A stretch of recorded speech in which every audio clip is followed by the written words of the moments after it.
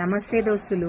ముచ్చటేమదంటే మన farm house లో వండుకునే మన దొర గురించి మాట్లాడుతున్నాము. దొర ఒక్కడే కాదు, వాళ్ళ దొరల పాల మొత్తం రాజ్యం అంతా అట్టనే గడిచిపోయింది. బీసీలకు 1% కూడా రిజర్వేషన్ పెంచలేదు. వాళ్ళకి అసలు కనీసమైన గౌరవం కూడా ఇవ్వలేడు. ఇక ఈ మన బహుజన బడుగు వర్గాలనైతే ఎగరవయ్య ఆగవోవయ్య మనం చాలా సార్లు వేదికల పైన చూసినాం. అది నాలుగు గోడల మధ్యలో కూడా ఆలోచించకుండా వాళ్ళకు కుర్చీలు ఇవ్వకుండా నిలబడ్డ వాళ్ళను కూడా కసిరిచ్చుకొని ఎంత అవమానపరిచిండు మన ఫామ్ హౌస్ లో వండుకునే పెద్ద ఆయన మహాప్రభు దొర. కానీ మన కాంగ్రెస్ హయామాలో మన రేవంత్ అన్న పాలనలో దిస్తుంటా వీటికి జాగనే లేదన్నట్టుగా బడుగు బలహీన బహుజన వాళ్ళను గుండెలకు అతుక్కున్నాడు.